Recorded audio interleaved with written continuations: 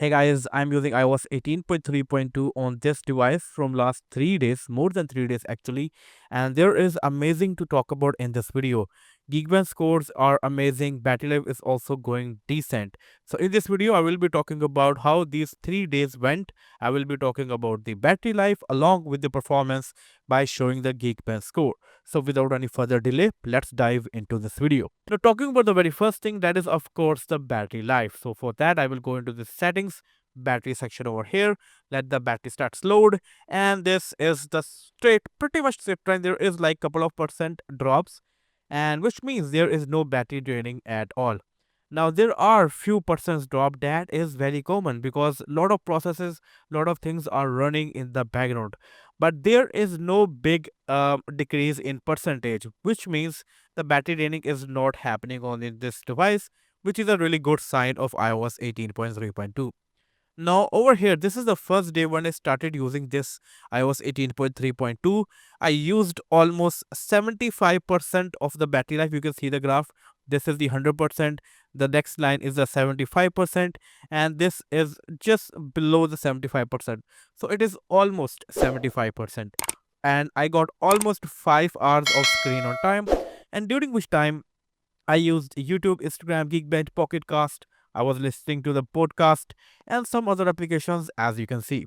Now, being very honest with you guys, this device is a very old device. This is iPhone 10s running the latest iOS 18.3.2.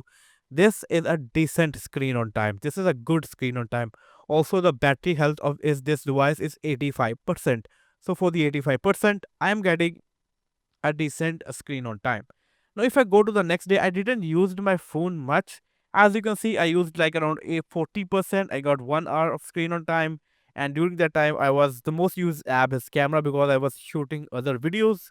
On the next day, I used even less. As you can see, it is slightly lower than the 40%, but this time screen on time is slightly better. It is almost 2 hours. And this time I use YouTube a lot. Today I didn't use my phone much, even less than 25%, and 1 hour and 11 minutes screen on time. And if I average this out, I'm getting more than 4 hours of screen on time, which is really good for this much old device. 85% battery life and running the latest iOS. So battery life is really decent. It is good, and also the battery draining is not happening at all, which is a really good sign. So we don't need 18.3.3, I guess. Now, let's talk about how the device is performing. For that, I will go to the Geekbench app over here. Let me turn the Geekbench on. Over here, CPU history. Now, this is the result that came out right after installing this update. As you can see, 18.3.2. I got 1318 on a single core, while 2850 on a multi-core score.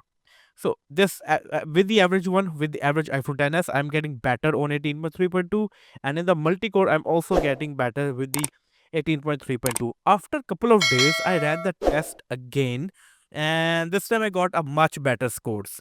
1327 on a single core, while 3032 on a multi-core. So this score is really better. You know, as you can see, this is not the best one. As you can see, this was one of the best score on 18.2.1, but still on 18.3.2 I am getting decent scores.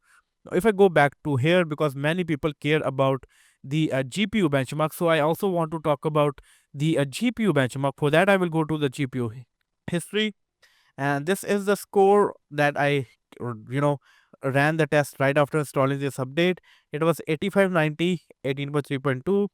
It is slightly higher than the average one, as you can see.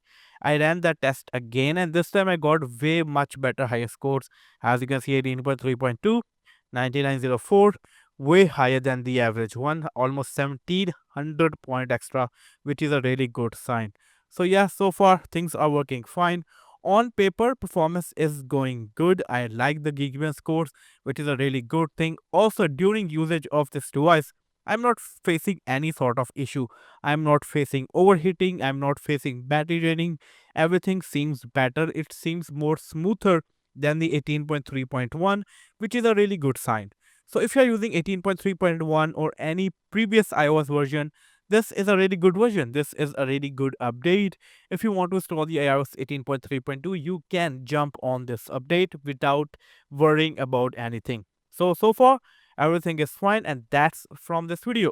I hope you enjoyed this video. Let me know in the comment section below about your thoughts.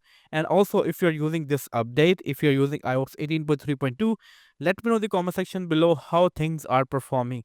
And one thing I want to mention, from last couple of days, I haven't received any negative comments regarding the iOS update, which is also a good sign, which means people are actually now finally might be enjoying this update. Well, I will see you in the next one. Until then, take care. Peace out.